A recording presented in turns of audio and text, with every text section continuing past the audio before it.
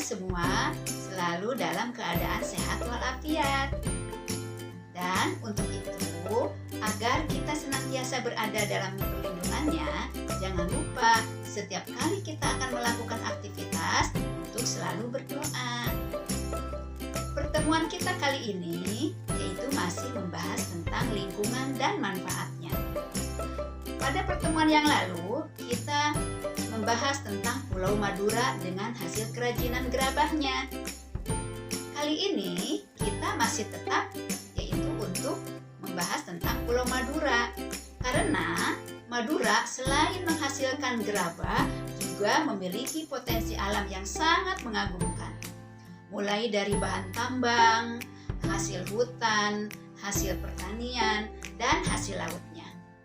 Untuk mendalami Pulau Madura, lebih baik kita langsung bertamasya ke sana. Yuk kita bersama-sama bertamasya ke Pulau Madura.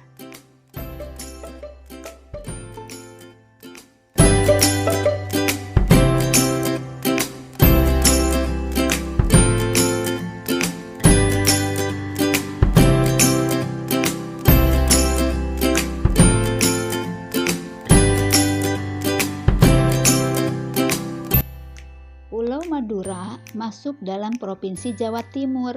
Meskipun demikian, secara geografis Pulau Madura terpisah dengan kabupaten-kabupaten lain di Jawa Timur. Madura merupakan pulau tersendiri yang terpisah dengan Pulau Jawa. Untuk mencapai Pulau Madura harus melewati Selat Madura. Namun, sekarang ini berkat kemajuan pembangunan nasional telah dibangun jembatan Suramadu yang melintasi Selat Madura dan menghubungkan Surabaya dengan Madura. Dengan demikian, untuk mencapai Pulau Madura bisa melalui perjalanan darat.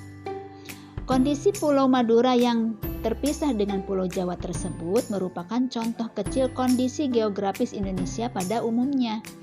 Indonesia merupakan negara maritim dan kepulauan terbesar di dunia. Hampir 2/3 wilayahnya merupakan lautan. Antara pulau satu dengan pulau yang lainnya disatukan oleh laut. Meskipun demikian, bukanlah menjadi penghalang bagi setiap suku bangsa di Indonesia untuk saling berhubungan dengan suku-suku bangsa lainnya.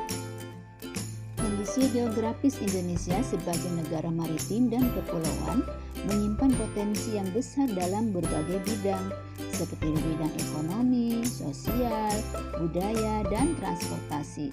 Potensi-potensi tersebut dapat menjadi modal yang penting dalam pembangunan nasional guna mewujudkan kesejahteraan masyarakatnya. Wilayah Indonesia yang berupa kepulauan antara pulau satu dengan yang lainnya disatukan oleh laut, mengakibatkan bervariasinya potensi yang dimiliki oleh bangsa Indonesia. Masing-masing pulau memiliki karakteristik masing-masing, mulai dari kondisi alam maupun kondisi sosial budayanya. Variasi dan karakteristik potensi tersebut terlihat dari lengkap dan beragamnya bentang alam dan hasil alamnya. Beragamnya suku bangsa yang mengakibatkan beragam pula adat istiadat dan budayanya, serta beragamnya agama, golongan, dan kelompok masyarakatnya. Keberagaman yang disebabkan oleh adanya perbedaan antara pulau satu dengan pulau yang lainnya ini tidaklah menjadi pemecah dan peregang, namun justru menjadi pemersatu, karena antara satu dengan yang lainnya bisa saling melengkapi. Kondisi geografis sebagai negara maritim dan kepulauan membawa banyak keuntungan bagi bangsa Indonesia, yaitu diantaranya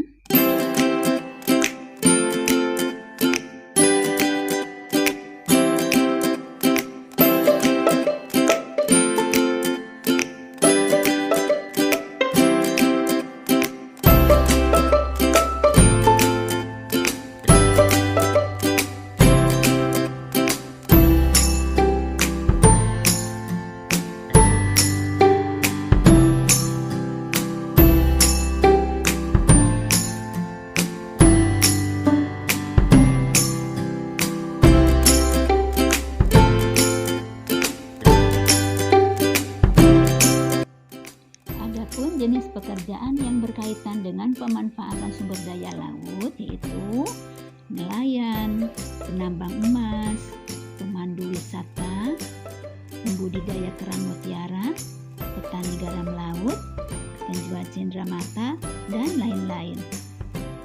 Sebagai negara maritim dan kepulauan yang berada di antara benua Asia dan Australia, membawa pengaruh terhadap kehidupan sosial budaya bangsa Indonesia. Hal ini bisa terjadi karena dengan posisi tersebut menyebabkan Indonesia menjadi jalur perdagangan dunia. Mau tidak mau, banyak pedagang dari berbagai negara di seluruh belahan bumi ini akan melewati dan mampir ke Indonesia. Pedagang-pedagang dari berbagai negara tersebut tentunya memiliki latar belakang yang berbeda antara satu dengan yang lainnya. Para pedagang yang mampir dan ada sebagian yang menetap di Indonesia turut membawa adat budaya dari negara asalnya. Lambat laun, adat budaya yang dibawa tersebut akan berbaur, bercampur, bahkan melebur dengan adat budaya asli Indonesia. Beberapa dampak yang diakibatkan oleh letak dan kondisi geografis bangsa Indonesia sebagai negara maritim atau kepulauan yaitu sebagai berikut.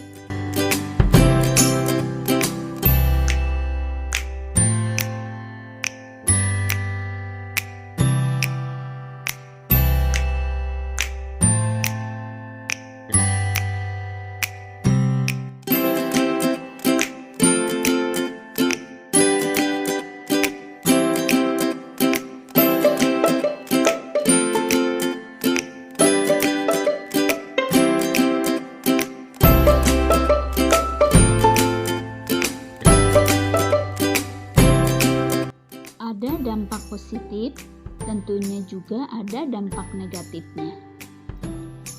Berbagai dampak yang timbul sebagai akibat dari letak dan kondisi geografis Indonesia sebagai negara maritim dan kepulauan adalah sebagai berikut.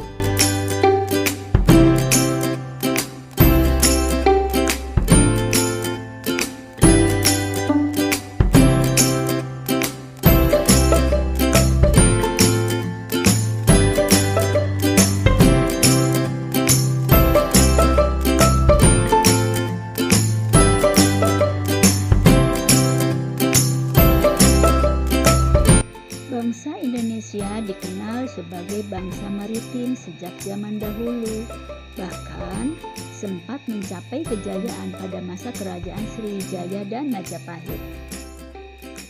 Penemuan situs prasejarah di gua-gua Pulau Muna, Serang, dan Arguni yang dipenuhi oleh lukisan-lukisan perahu layar menggambarkan bahwa nenek moyang bangsa Indonesia merupakan bangsa pelaut.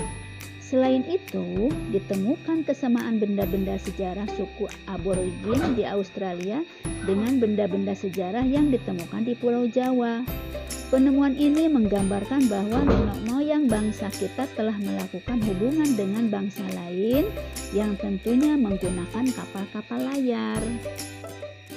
Kerajaan Sriwijaya bahkan memiliki armada laut yang besar dan kuat. Armada laut Sriwijaya mampu menguasai jalur perdagangan laut dan memungut cukai atas penggunaan laut. Pengaruh Sriwijaya meliputi Asia Tenggara. Hal ini dibuktikan dengan catatan sejarah bahwa terdapat hubungan erat dengan Kerajaan Champa yang terletak di antara Kamboja dan Laos. Kerajaan Mataram kuno di Jawa Tengah mampu membangun Candi Borobudur.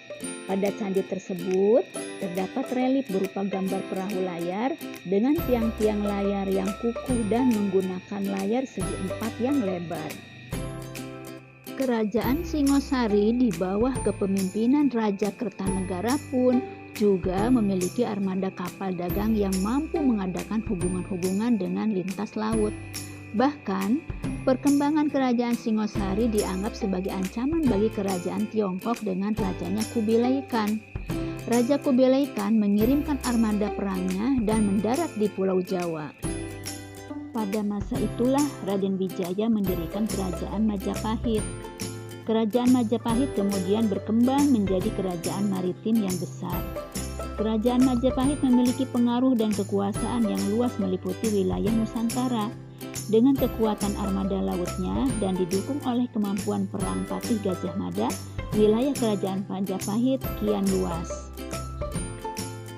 Penggalan cerita sejarah tersebut merupakan bagian dari teks bacaan yang berjudul Kejayaan Bahari Masa Lalu. Teks bacaan tersebut terdiri dari 9 paragraf. Oleh kalian, silahkan dibaca kembali dan pahami bacaan tersebut.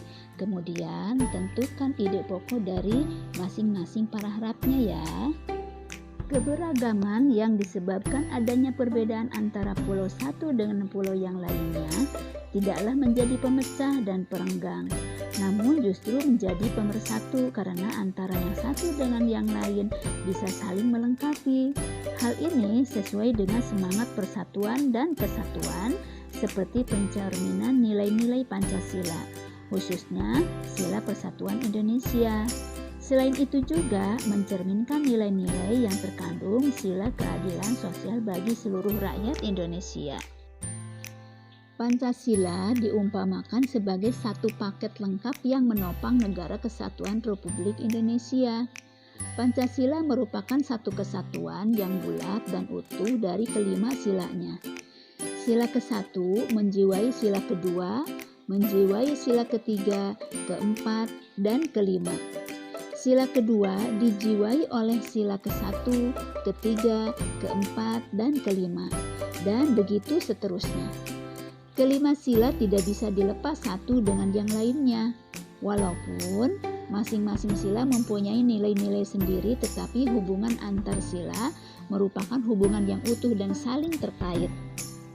Setiap sila yang membentuk Pancasila juga sebagai satu kesatuan yang mutlak, tidak dapat ditambah dan dikurangi. Oleh karena itu, Pancasila tidak dapat diubah menjadi trisila ataupun ekasila. Satu contoh perilaku bisa mencerminkan satu sila, dua sila, ataupun lebih. Misalnya, pemilihan ketua kelas.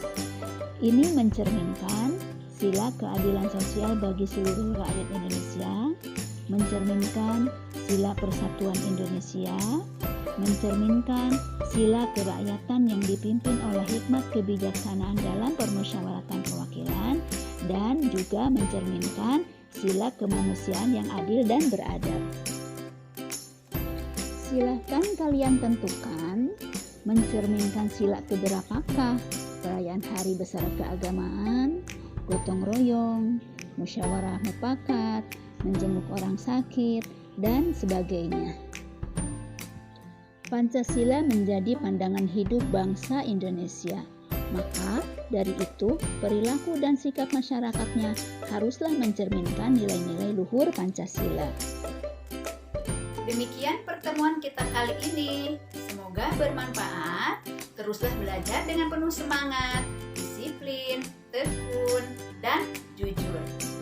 Juga hormati dan sayangi orang tuamu dan guru-gurumu, serta hargai dan sayangi teman-temanmu agar kalian menjadi orang yang berguna di masa kini dan di masa yang akan datang, menjadi orang yang sukses. Wassalamualaikum warahmatullahi wabarakatuh. Selamat belajar. Sampai jumpa.